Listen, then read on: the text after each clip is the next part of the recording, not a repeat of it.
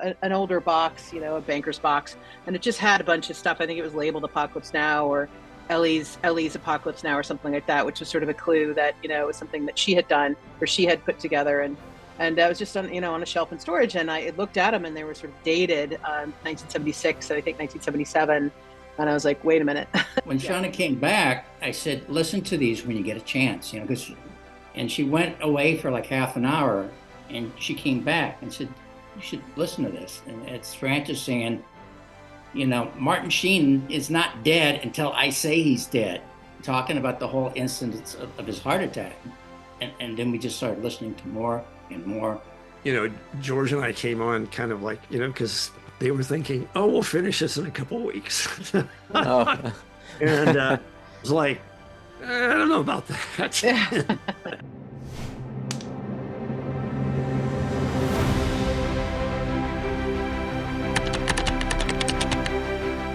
Welcome back, everyone, to another episode of Kingdom of Dreams podcast, The Making of Stories. I'm your host, Jawad Mir. Today I have three special guests who worked on Eleanor Coppola's Hearts of Darkness, based on the Apocalypse Now film, the documentary that came out almost 35 years ago. My guests are Michael Greer, Miracle and Shana Hagan. All three of them worked tirelessly on this amazing documentary. The 4K restoration of this film comes out on July 28th in a collector's edition form on a DVD. If you haven't seen this film, it's probably the best documentary you'll ever see about a film, and maybe one of the top documentaries out there, period. With the access of footage and the audio interviews and everything that was found, and how they sort of unraveled that and brought this amazing story onto the screen. So without further ado, here's my conversation with the three duos for Hearts of Darkness. I was just going to say, I was going to ask, wait a minute, are you related to Jawad Mir, who made all those documentaries? And I'm like, wait a minute, that looks just like him. Sounds good. How are you, Jay? All right. At some point, we'll have to talk about Lesbos. You know about the Lesbos Island story, Moria? Very much, yeah. But that's a whole other. Yeah, we can do it some other time. That's interesting to me. Project based there. So, anyway. Good stuff. Well, thank you so much, guys, for joining to speak about Heart of Darkness, which is the documentary based on Apocalypse Now. Apocalypse Now. Thank you so much. And I had seen Heart of Darkness a long time ago, and I just finished watching it. And just want to tell you you can just experience the amount of work that you guys had to go through, just like possibly the actual film itself, with so many hours of footage and so much material. So thank you so much for working on that. Really, really enjoyed it. No, I mean, it was, I think for all three of us, it's a piece of work that kind of keeps living on and on and on. People keep approaching us about it, and it's really something. You don't have too many of those in your career. Right. Yep. Constantly people ask about it, like you mentioned it, and they're like, oh my gosh, well, tell me about this part, or they want to know the insider scoop. But it's a film literally that's like, I think one of the best films made about the making of a film. Sort of like, it's not just behind the scenes. It's sort of like, it's more than that. It's really about an artist that is, literally going up the river to discover maybe, something about his work or about himself or whatever. I mean, he sort of literally dove into the work as Willard did in the search for Kurtz. But pretty interesting parallels. But yeah, it stands the test of time for sure, and I'm glad that they're re-releasing. So a whole new audience will get to experience it and enjoy it. Yeah. Amazing. Jay, you have something to say? No, it's just interesting. So it's true.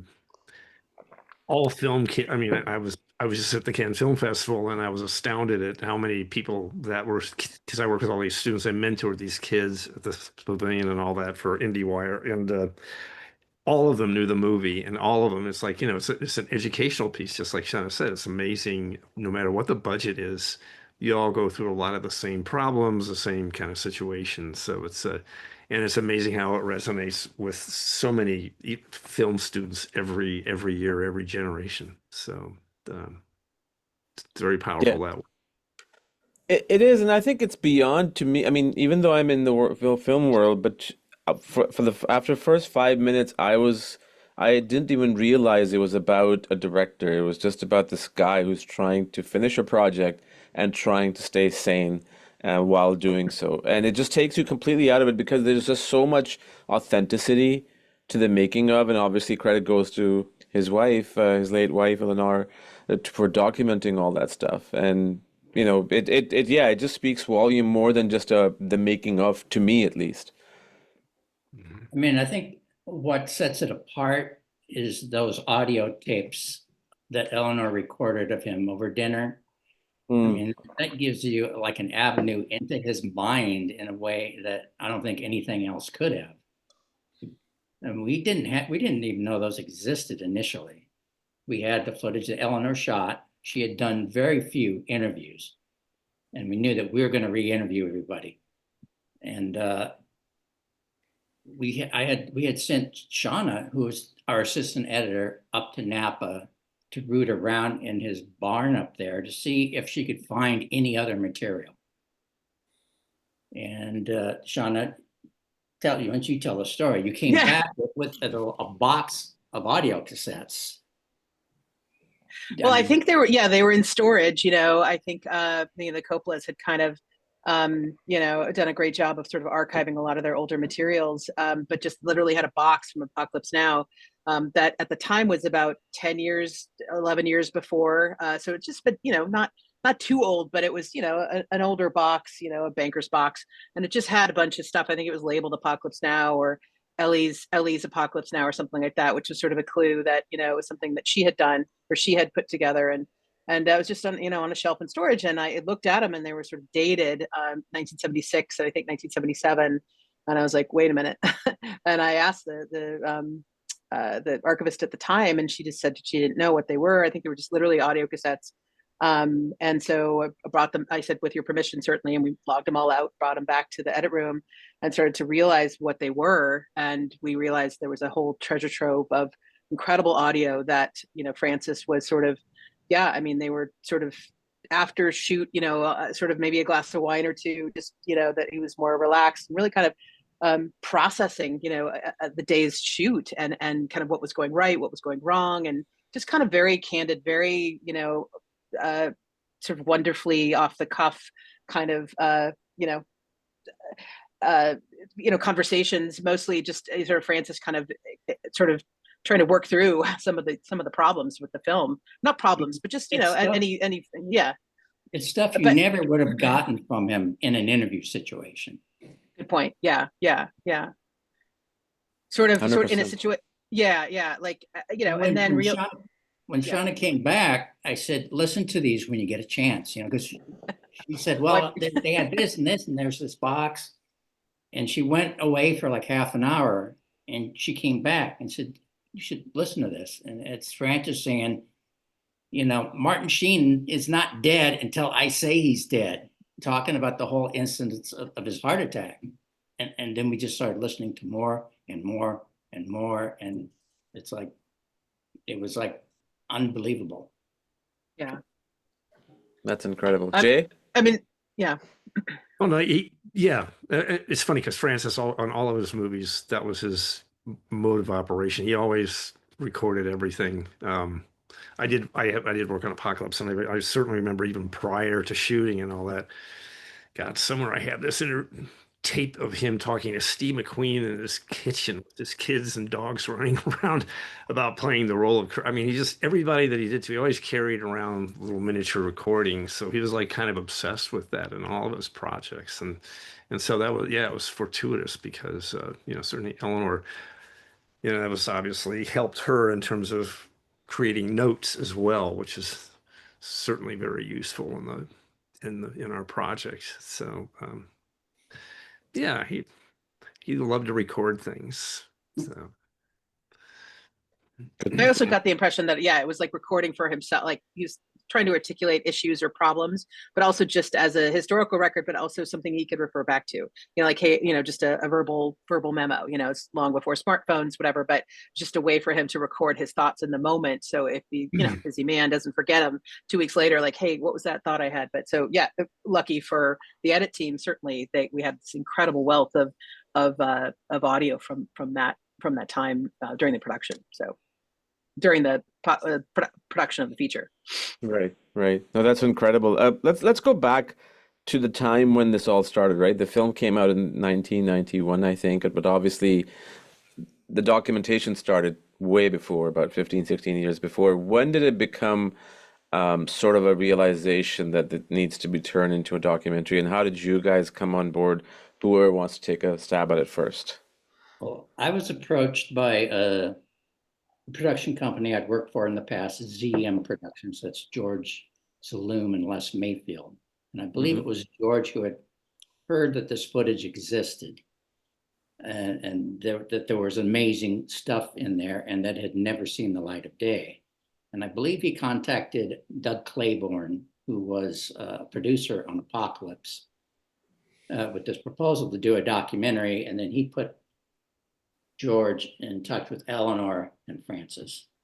And I don't know what the process was to convince them to do this, but they agreed. I mean, I think that Francis has had sort of a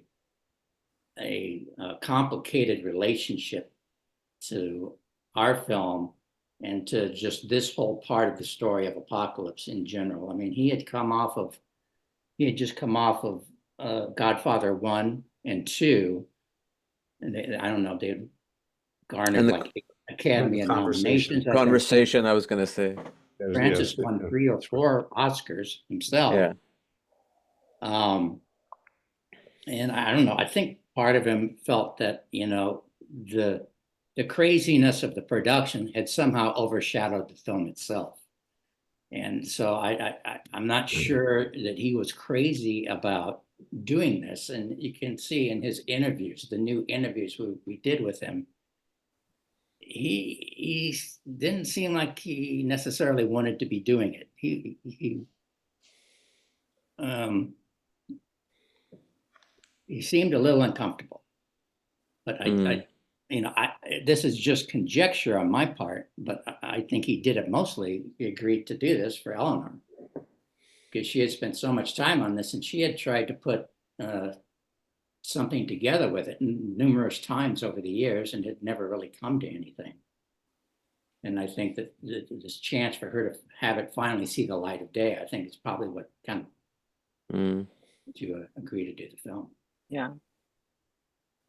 I remember I was brought on before Michael and Jay were on. I got a call from George Saloom, one of the producers on the documentary, that I had done an internship when I was in film school, and Hearts of Darkness was actually my first sort of paying gig right out of film school. I was a young cinematographer and hadn't really had many opportunities to shoot, and so I thought, well, maybe if I was asked to sort of be the assistant editor, and George approached me saying, hey, we've got these boxes of dailies from the making of Apocalypse Now, and we think there's a film there, but we'd like you to kind of go through them. Certain people had, over the previous 10, 12 years have began to do cuts. So there were some select reels, there were some sort of really rough cuts, assemblies of different scenes, and everything was kind of like, somebody had made some serious effort to kind of cut stuff, but there was like, I wanted to look, say, maybe 350 to 400 camera rolls of dailies. There's a lot of footage. And so, people were having a challenge to kind of like really wrap their head around how they're going to do it. So George had me actually reconstitute all of this. Was on 16 millimeter at the time.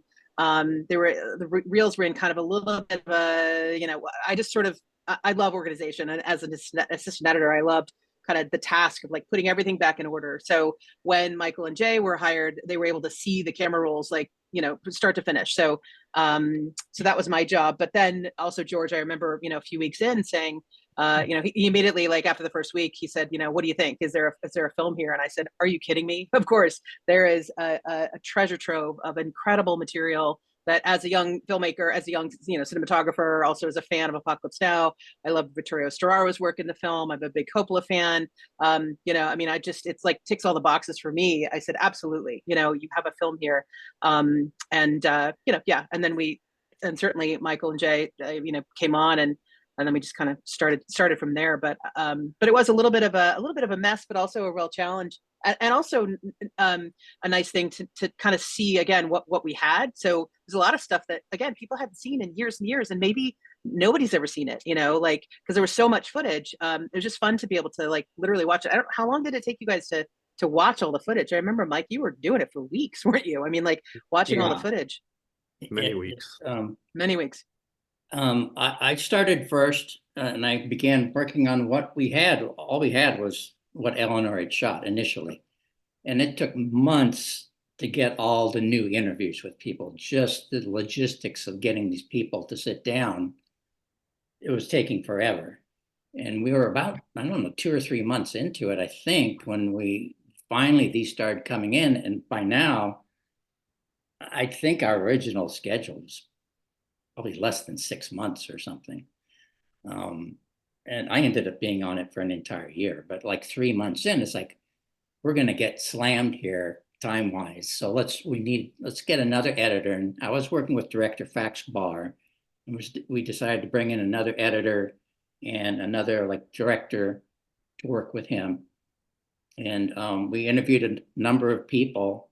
And one of the people we interviewed was Jay. I think we also got his name from Doug Claiborne.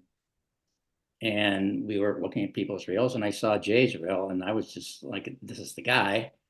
We got to get him. Where were we? Do you remember, Jay, where we were when you began? Well, you definitely had assembled, so definitely some things assembled, quite a few things, because we had, remember, we had a screening the first week that we were there, and it was, as I was telling him, because we met earlier this week, and I was telling him that, George and I came on kind of like, because they were thinking, oh, we'll finish this in a couple of weeks. Oh. And it was like, I don't know about that. So, I was thinking, all right, well, maybe I'll last through the day or something like this. And then later in the week, Steve Hewitt came and looked at it, because I don't think there'd been a show this was like the first time he'd really taken a look at it. And he sort of thought, well, yeah, you might need to spend some more time on it. So that was kind of what, because I know you'd already looked at a lot of stuff, and then we kind of went back and re-looked at it. I mean, it was quite a bit of going back and trying to sort of think about the structure, think about it, and a lot of this sort of evolved as far as certainly as the notes and the use of, Orson Welles, the story of that, him doing, all of that, with his version, and about the book, and the audio tapes, everything. So yeah, it took a while to sort of start to kind of figure that out. There were a lot of elements we were working with, and try to figure out how they all meshed. I think that was the challenge.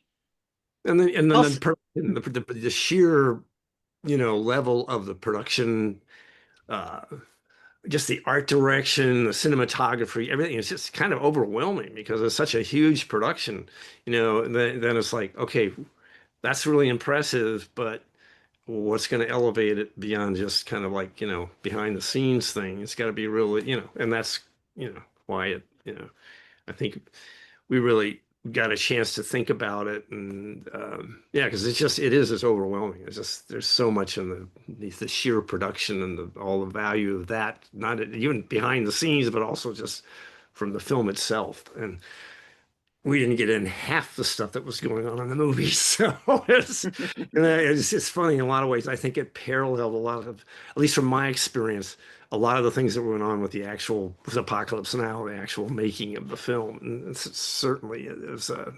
it's interesting how it paralleled it in a lot of ways. So anyway. Wow.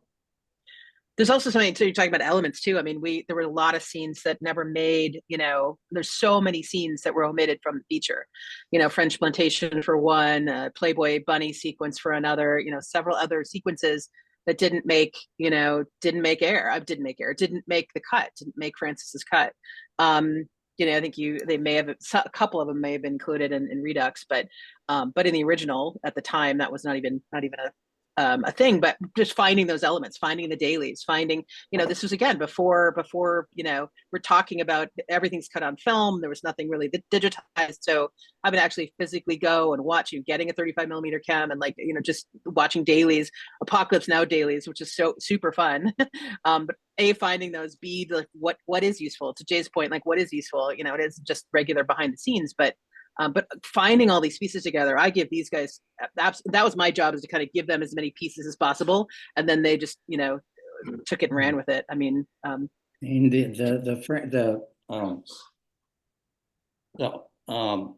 Marlon Brando outtakes of all the stuff he improvised, in that cave where he was with Martin Sheen.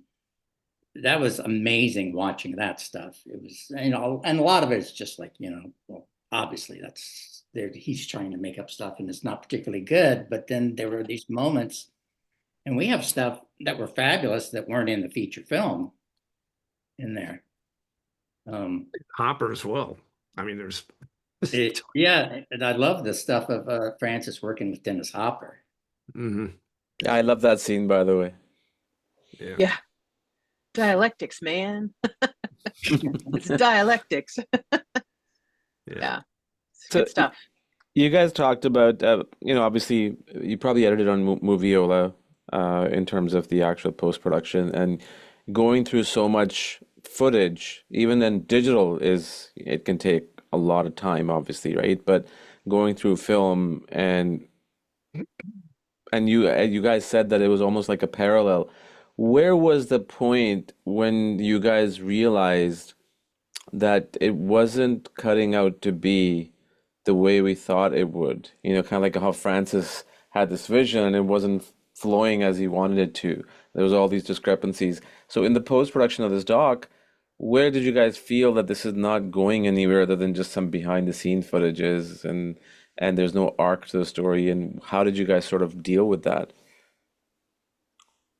Well, when things started to pop and come alive for me was when we started inserting that audio of Francis into the scenes. Whereas before, maybe we only had, the current interview from him and, behind the scenes footage and some lines from Eleanor from her book. But when you started layering these things, things just opened up in a way that I had never, imagined was something that would be possible on this. I mean, Jay. Yeah, it's kind of, it's true of so many documentaries. You initially kind of sort of think, what's really great on the bus. What are we gonna have on there? What are we gonna take on the journey? And sort of then you're sort of just thinking about things in terms of okay, highlights or things that are that really pop to you and all that, or that whatever emotional, or that are very that are very powerful elements of story, and then it's it's just kind of an evolution because as you keep finding things, I think also again just even going back and thinking about more of it along the kind of let's think about it like any feature, like a story. Let's think about the writing of it. Let's think about how we might really kind of lay it out, because I remember we certainly did. This is back in the days when there weren't word processors and you had to cut and paste. This is ancient times where we had to do all that kind of stuff in terms of just even storyboarding and things like that. Because I certainly remember we certainly did a good bit of that, just thinking about it, and then that, I think, and then that, and certainly as the more the material that showed up, then it really helped. This is Michael saying, like the audio tapes and everything. It was just really, it's very powerful because then you've got this, and you have this emotional core, this kind of thing, right? That you can just go right on the journey, and you're right with them, and very connected. So I really think it elevates it that way, so much more than just, okay, then this happened, then 8,000 gallons of whatever. I mean, who cares? It's kind of more about just a lot more about all the other things and the dynamics that was going on. And there was a lot of, like I say, we just touched on it like any movie. We really, yeah, there was a lot of stuff going on that went on we just, because it was Francis and Eleanor's project ultimately. So we had to be very, Mindful of that. mindful of that. Sure. Yeah. So, yeah. Okay. And I know it's been a long time, right? And it's hard to recall certain moments, but do you guys Long time. remember? Well, I mean, in terms of refreshing your memory more than anything else, is that were there any days where it was like, pulling your hair and like, okay, this is like, we're just so effed up. This is not, I mean, I know you guys talked about all these archival audio that you found, but I know from experience that almost every day, whether it's production or post-production, there's something that's not going right the way you want to, and you have to pull your hair and give yourself a break. Were there any moments that you guys recall, any one of you or each of you? I can speak of the like, just to tell my personal story about, so as an assistant editor, I would record audio of so again, all these different elements. One of the elements was using captions or sections from Eleanor Coppola's book called Notes. Mm. Sort of her diary of the production. And so they would have me read as the assistant editor. I would, like, every night read, certain passages that they would want to edit with. And it would be late at night because everybody would have gone. I would have needed it quiet, and I was reading with very little like, kind of emotion. I'm not an actor, and just I would just like whatever. And I would, not read it too fast, too slow. So, the idea was to maybe replace it with a narrator. And so most of the cuts that everybody saw, my voice was in there. When we screened it a couple weeks before Cannes, we had recorded Michael Learned, who was an actor and actress who she was cast originally, right? They shot, she was cast as Colonel Kurtz's wife, and I believe they had shot some sequences with her, Willard coming back. I think either it was scripted. No, they did shoot it, right, guys? Do you remember? I think they shot it. I know it was scripted. Anyway, so Michael Learned played Colonel Kurtz's wife. Willard comes back to the States, talks to her, and says, and that's when he, there's a scene with them. Anyway, so Michael Learned, they brought, just as a, as a trivia thing, hey, Michael Learned's going to come and do the VO for this. And she did a great job, but it was not. So when we were screening for just right before Cannes, there's new VO, and there's a lot of people in the room, and Francis in particular said, wait a minute, everything is great. I had a couple notes here and there, but the VO is totally wrong. Absolutely wrong. And again, we're like, French subtitles are like on the film. It's like almost ready to go to Cannes. And he's like, we have to redo the VO. And they said, what happened to the last narrator? And everybody pointed to me, like, that was our assistant editor. It was sort of temp. And he's like, well, that was so much better because it was not acted. It was like, it just felt like the one element of the film that was not right. And so it was lots of conversations, and they decided, instead of me re-recording, they actually went with Eleanor Coppola, which was the perfect choice. And again, it was sort of, it added another layer of authenticity to the storytelling, in that essentially it's her film and her journey as well as her husband. So that was a moment for me where I was like, I almost was their narrator on Hearts of Darkness, but not quite. didn't quite make it, but that for me was an interesting, like, last minute, and it was also an incredible scramble too, to get her recorded, get that into mixed, and right before, get another print, get the subtitles, done, and all that stuff. But anyway, that was a moment that I remember. It was a little bit of a gotcha moment, but in the end, it turned out to be actually a much better decision, for the film overall. I mean, as far as days where you're struggling and nothing's happening, I think all of us have those kind of days. I can't actually remember any. I mean, when I try to look back on something I've done, and I don't even remember how it was done to where it got. I mean, there's really no such thing as editing. But there's certainly is re-editing and re-editing. I mean, it's a matter of, we have something with this much material. It's kind of like if you're doing a sculpture, out of marble, and it's just slowly whacking away everything that is not the story. And the bigger that hunk of rock is, and the more narrow your story is, the more you have to keep chipping away at it. And it's something that it only starts to appear, with time.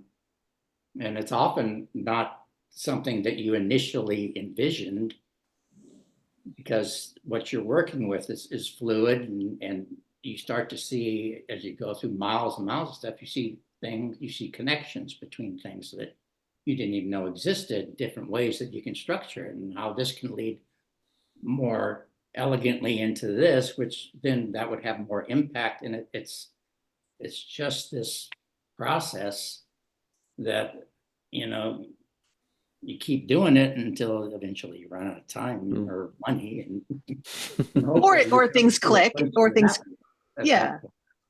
or things click, and you're like, okay, I can move on to, Jay? I don't know.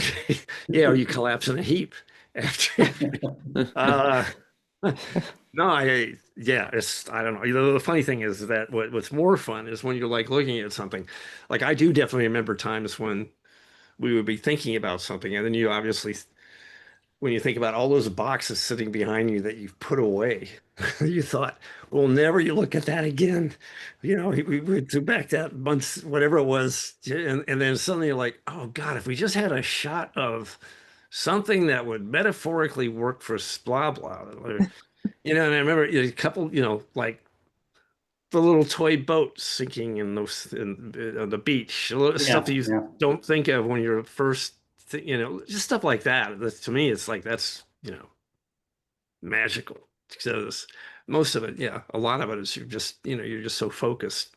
I don't necessarily remember like whatever being freaked out. It's just like editing is Michael said, you got to re-edit, you just have to kind of it just keeps evolving, and especially in docs, it's just a really, Yeah, 100%. And that's why when I went to film school, I wasn't planning to do documentaries. I'm going to do features, but I hooked up. Same here.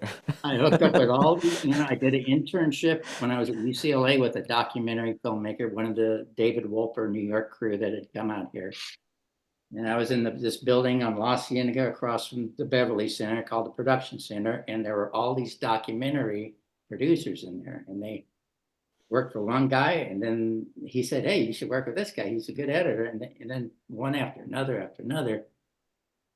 So, it became this whole career that I didn't really envision. But when I started doing documentaries, in film school, I realized the power of editing and how it is one of the most powerful positions on a film, especially once I started doing documentaries on a documentary, because you're creating the story. Yep. If there's a script, you have a story that you have to sort of adhere to, and you find the best way to tell that story. But when you're doing something unscripted, you're the one who's deciding, of the many possible stories that are inherent in that footage, which one you're going to tell and how you're going to tell it. So, in the end, I think I probably enjoyed this. Has been more fulfilling in a way than if I was creating somebody else's story, in a way that works for them. I feel like in a lot of ways, there's a lot of me in this film. There's a lot of Jay in this film. Right. Shana in this film, I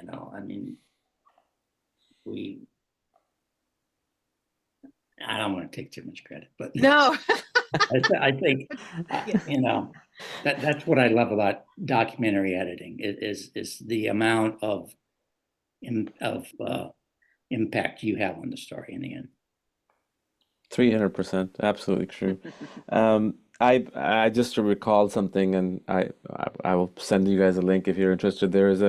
I had a conversation with J.V. Hart, who's a screenwriter who worked with Coppola on Dracula, and he had some fascinating stories about how he sort of worked with him and the same problems that he went through on The Godfather, on Apocalypse Now, and everything was exactly the same with Bram Stoker's Dracula. I just recalled that, so I thought maybe I just throw that in. It's definitely an amazing conversation I had with him, and he's a great storyteller. But moving back to this particular film, when it premiered at Cannes, did you guys go? Any of you at the time? I did not. No, It played I at think Telluride also. I did go to that, but I did not go to Cannes. So let's put Cannes on the side for all of you for a second. In general, when it was done and it was showed to public, when it won the award at Cannes, or just in general, any other screening that you guys attended, how surprised, if at all, were you guys based with the reaction that it received even at that time, and obviously continuing on all the way 35 years later? Um, well, watching a film with an audience is always a completely different experience than watching it with your crew. I saw it twice at Telluride, and it got an amazing response, I mean, which is always very heartening, that and that it turned out in a way that was people responding to. Jay? Oh yeah. Well, I have been at I actually have been at the Cannes Film Festival a number of times subsequent to that, and then they did there was a kind of informal screening. I'm trying to remember what year it was. My God, it's been over 20 years. The last time. It's just, yeah, it's interesting how people react to it, just because it's just like it does resonate with anyone who's had anything to do with filmmaking. I remember the distributor, was it Jonathan? Yeah, Jonathan Dana's was the rep or whatever, along with Tom. There were a couple of people or something. They were surprised at how well it was, because the documentaries back then, documentaries were not a big thing. Ken did not normally do that. It was a very unusual. That was a very unusual situation. So they do it more often now. I mean, Errol. I was there the year that Errol. I can't remember the one about. Can't think of his name. fog, Former fog, fog of war. Fog of War. Thank you. Yeah. But it's yeah, or Fahrenheit, Michael Moore's movie. But this, yeah, it's very rare. So I think people respond to it because it's so accurate, and it's everybody goes through it, and so a lot of the same problems, and it's a great learning tool for everybody who's interested in film and filmmaking. So. I realized that, this had gone into a whole nother level that I wasn't expecting when Siskel and Ebert, I forget which one of them called it the #1 film of the year. It was their favorite film of the entire, not favorite documentary, but favorite film. Film of the Wow. year. And I also think I don't have any evidence to prove this, but there was when 1993 Jurassic Park came out, it was the very first time that a making of book was published, and there has been a lot of, behind the scenes documentaries, just like regular featurettes kind of thing. But I truly believe that Heart of Darkness had something to do with that trend in the behind the scene featurettes and making of that you see on DVDs and all that. They're obviously more one dimensional, like, very fancy chancy and lovey dovey and all that. But you guys truly started it all, and I always just think Bowling for Columbine was a documentary that started a documentary trend. But I found out 4 or 5 years ago, I realized that it's Heart of Darkness, because that really set the tone for everything else that came after, even to this day. Mm. That's a nice compliment. Thank you. Yeah, the guys just said, you said thank you. No, I'm just joking. Were you guys directly working with Eleanor or Francis in any way where were they too involved in trying to, because it's mostly about Francis especially, right? It's like he's conscious about it, obviously, as you said, that he's probably just doing it for his wife. Was there any kind of like, okay, how do we explain to him, even though, there's a director and everything, that we have to tell a proper story? Were there any kind of like interferences as the studio would interfere in his film? we were mostly working with Eleanor, Mm, but she even was very hands off. I mean, I think we had discussed what we were hoping to do with the film, and I think she was very much on board with, the direction we're going. And I don't remember like having her in multiple screenings. I remember her seeing like our initial cut. And I think there were like two things that she thought maybe we should lose from the thing. But it was very, very minor. I mean, what gave me the most anxiety was showing it to Francis for the first time. And I was operating the steam back. He was sitting behind me, so I couldn't see his reaction through the entire thing. I was like sweating bullets. I mean, there's a lot of stuff where he's kind of acting crazy in this thing. And when it was over, he says, I don't care if you show me with my shirt off, acting crazy and doing all this shit, but as long as you show the context, why I was acting like that, and you need to make it more clear how much I had on the line. And I think the only thing we did with that single note was we added a little bit more setting up, how much personal investment financially and whatnot that he had in this film, and how basically everything was riding on it. And other than that, he was completely hands off. Jay, do you remember anything differently? Yeah, they were amazingly hands off, actually. Yeah.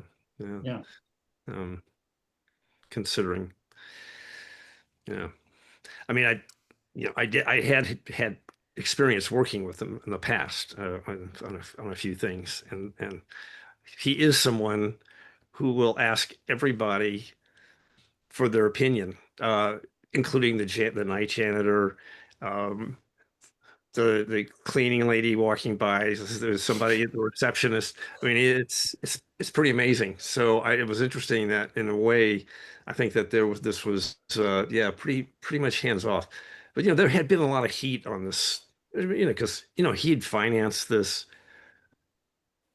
after Apocalypse, even when we were finishing an Apocalypse, I definitely remember a few people that were trying to do something with it, but it was one of those things that, it needed to gestate for about a decade before, which is why we were lucky to be able to get access to it, because, he did have a lot of, of his personality, a lot of things in it that, some filmmakers do not want to have exposed. So, yeah, that's true.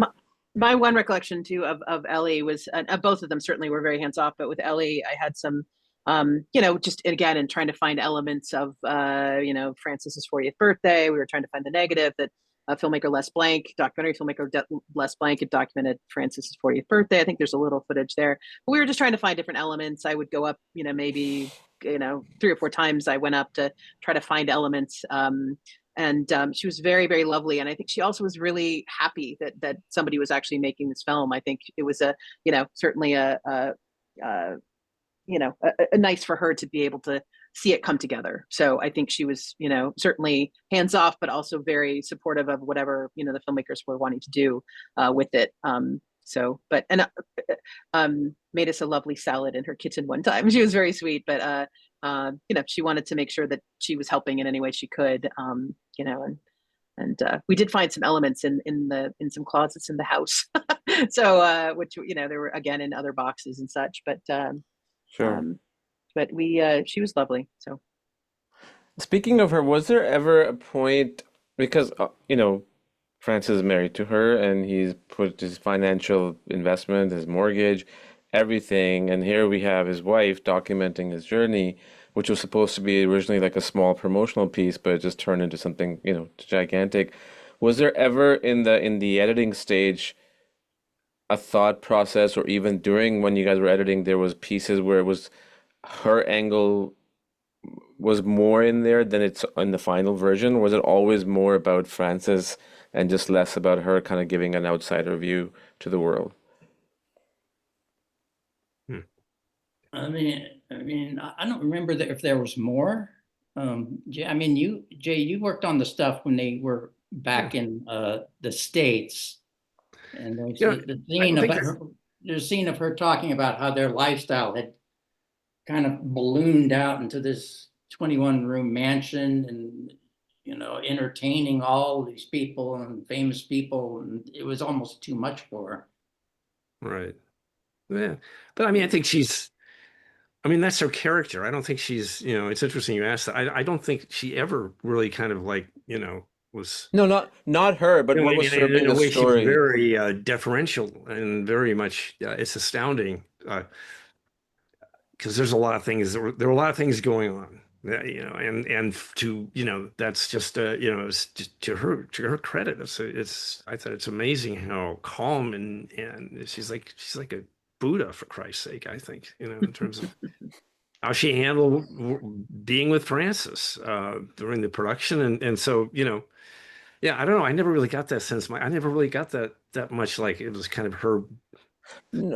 I was more referring to the fact that for the sake of the story, was it ever a thought that we should have her angle in there a little bit more? Not necessarily if she wanted all the limelight. That's not what I was suggesting in any way. Her angle. Interesting. I don't think so.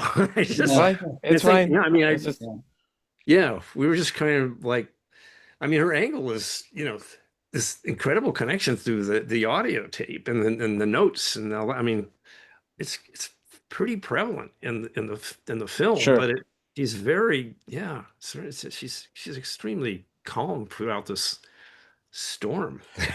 Well, somebody's got to stay calm through there with the storm, right? Otherwise, there'll be insanity everywhere. So, Right. Oh, yeah. What did you guys think of Apocalypse Now? Before you even started working on it. I can speak as a cinematographer. I mean, literally, so now I'm a professional cinematographer. I started in the edit room, and I use all the skills that I learned from these two and other editors that I worked with as an assistant editor every day as a cinematographer. I learned Right. all of what I learned in the edit room. I apply every day when I'm shooting. That said, in film school, literally 3 or 4 years before I started working on this, Apocalypse Now was I went to a 70mm screening. I think it was at the Dome, Cinerama Dome in Hollywood here, and I was absolutely blown away. I hadn't seen the film, but I'd seen it first on 70mm, and it was just like, I get what cinematographers do. I understand, I was incredibly disturbed by the violence and the context of the film, but incredibly impressed with the overall film and the cinematography as well, and just how this cinematography elevated the story. And so once I got the call about this, I was like, absolutely, sign me up. I also at times made excuses to make calls to Vittorio Storaro because, like in particular, French Plantation, when they decided to use some of that footage, I said, well, gosh, no one's ever seen anything except for dailies. And I'm not sure how much of the dailies he was actually timing. So I wanted to make sure somebody had to make sure, if we're going to go to Cannes with this, I want to make sure it was, as he intended. So I called him. I was the one who made the call to Vittorio and talked to him about the coloring, the color grading on French Plantation. So that was really fun to do. But I was a big fan of the movie for sure. And then, to come and do this, it was just a fantastic experience for me all the way around. I think Wonderful. After working on this, I didn't appreciate Apocalypse Now from an editing standpoint before the film like I do now, knowing what if we had a lot to work with, they had way more to work with. Yep.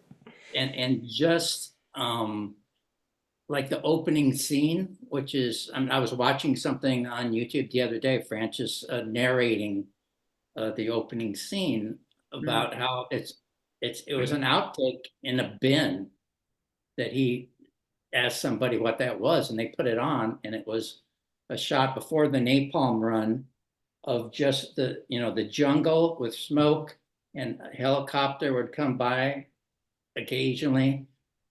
And then he thought, to put, the Doors song, The End, over it. And then after that, it's transitioning that to Martin Sheen in the hotel room, you know, with the fan and the helicopters, and it's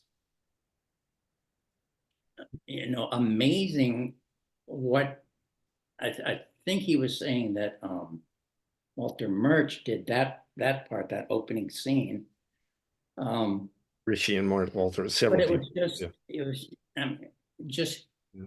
to have your mind that wide open to, we have all this stuff. What can we do to create a really compelling opening scene? And it's astounding. And then, you know, we actually interviewed Walter Murch for, we didn't make it into our film, but it was a post-production discussion about how they put together all those improvs with Marlon Brando and Martin Sheen, and how they developed these traveling shadow mats.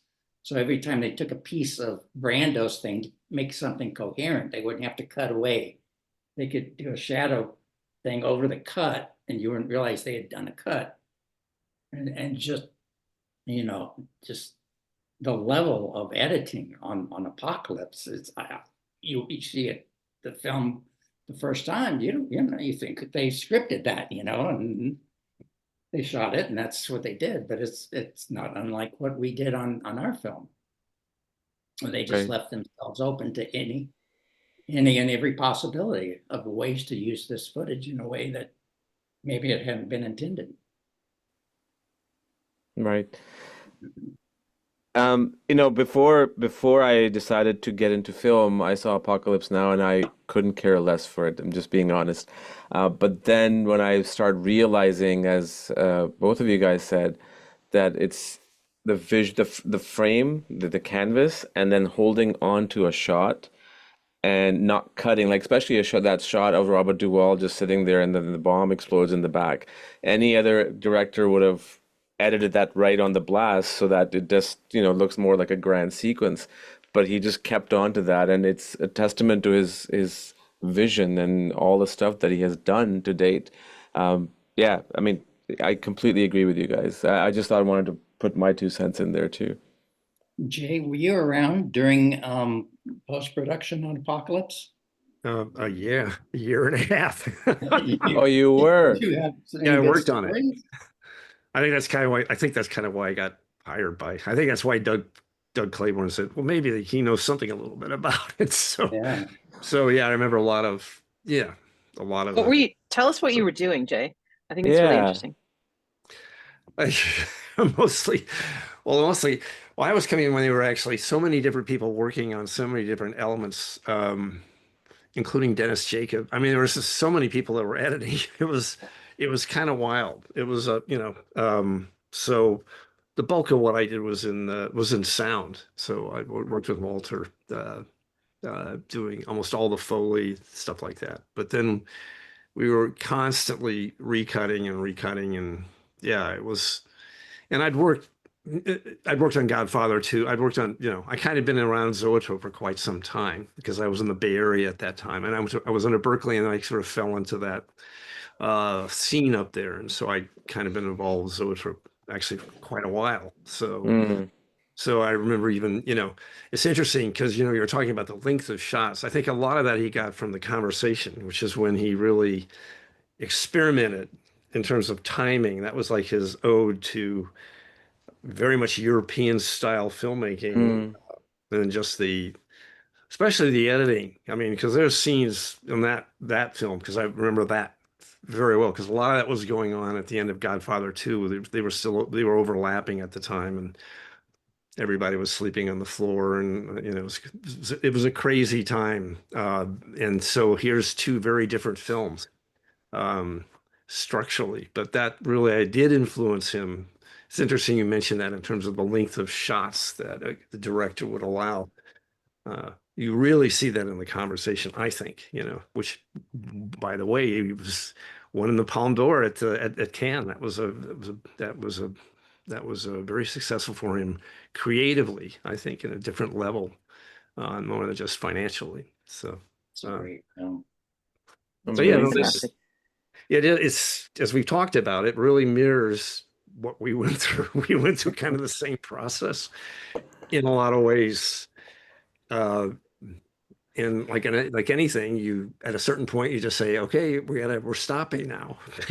Yeah. That's it. Everybody off the boat. This is Yeah. the end. And This is the so, end of the story. yeah. You guys should have done voice notes, and then somebody would have made a documentary on that, right? As we sort of wrap up, anything that you guys want to add that I may have overlooked or didn't ask, anything? Mm. We met earlier in the week and we were like, because it's been a while. So you So wanted to connect the dots. we just gonna, and we hadn't seen each other for a while. We definitely stay in touch. I mean, honestly, we're sort of, it's not to say trauma bonding is probably the wrong word, but I think like experience bonding, when you're with somebody and when you're with a team, for a year plus, working on something so intensely, you form these bonds. And I love these two guys. I worked with them, and I just, it's just amazing how a film and the experience it's like it was yesterday, but certainly it's really wonderful to like my takeaway. You can edit all that crap out, but my takeaway is I love that there's a new audience for this film, because I feel like it's what we talked about before is like it's about so many things, and it's about an artist's journey, creating something, and it's very any artist can watch it, any filmmaker can watch it, any aspiring cinematographer, editor, any documentary filmmaker can. There's so many different people can see it, and take from it different things. And so, but I love the fact that there's a whole new audience for it, and I'm glad that people are talking about it again, because it was a really fun, wonderful experience for me right out of film school. Fantastic opportunity to work with these two incredible documentary editors. It's just wonderful to kind of look back at it too. It's fun times. Good stuff. It was a great experience, and it has been very difficult to top Hearts of Darkness, and I've done a lot of things since then, and really good things. But man, that's I keep waiting for one that's gonna hit that same kind of level. Both, creatively for myself, I feel like I really hit one out of the park. But I mean, it was certainly a highlight of my career. Amazing. Jay? Yeah, definitely a highlight for me as well. I'm sort of in different areas right now, but I think it's interesting also now that Apocalypse is coming out on Amazon, and then they're going to release Hearts of Darkness within a month. It'll be interesting to. It's funny because I must admit there have been some people who said, I really liked Hearts of Darkness, in some ways better than the movie, and so it's kind of funny how that they're coming out almost concurrently again in re-release. So that should be fun for people to see. But I think I still think Apocalypse is an amazing film. Yeah. Truly. Yeah, no, I'll tell you, I didn't even realize until after we reached out to you guys, then you guys said yes, that there was a 4K edition coming out.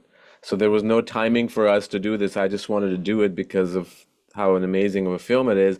And I've been meaning to do it for the last year and a half, but just never got around to it. But thank you so much for your time, guys. And again, truly, as a storyteller, as an audience, you know what you guys have created, but just to reiterate that you have absolutely no idea what you've done for people out there in the world of film, and it's a great learning tool, and anybody can watch it over and over again. They will never get sick of it, and that's a testament to the editing. Well, thank you very much. Thank you. I appreciate that. Yeah. Thank you Thanks for having us. No, pleasure. Pleasure is all mine. Thank you so much, guys. All right. Thank Do you. you, All right. do you need us to do any name intros or anything for your No, podcast? no. I'll just do an introduction myself, and then Okay. we will. This is like from beginning to end, aside from waiting for Jay, and then we're just gonna go unscripted and unedited in every Okay. way, and just wrap it up. Okay. Yeah. Well, just for your record, my name is Shana Hagan. So Got it. just yeah. Perfect. Thank you. We'll verify all the spellings with you guys before we put it up. The Okay. pronunciation too. So sometimes it like, gets a little. Shana Shana Hagan. Hagan. Yes. Now I know I've recorded it. Okay, great. Thank Jay you. and Michael are easy. Thank you so much, guys. Take care. Thank you. Cheers. All right. Take care. Cheers. See you Bye-bye. guys. All right. Bye.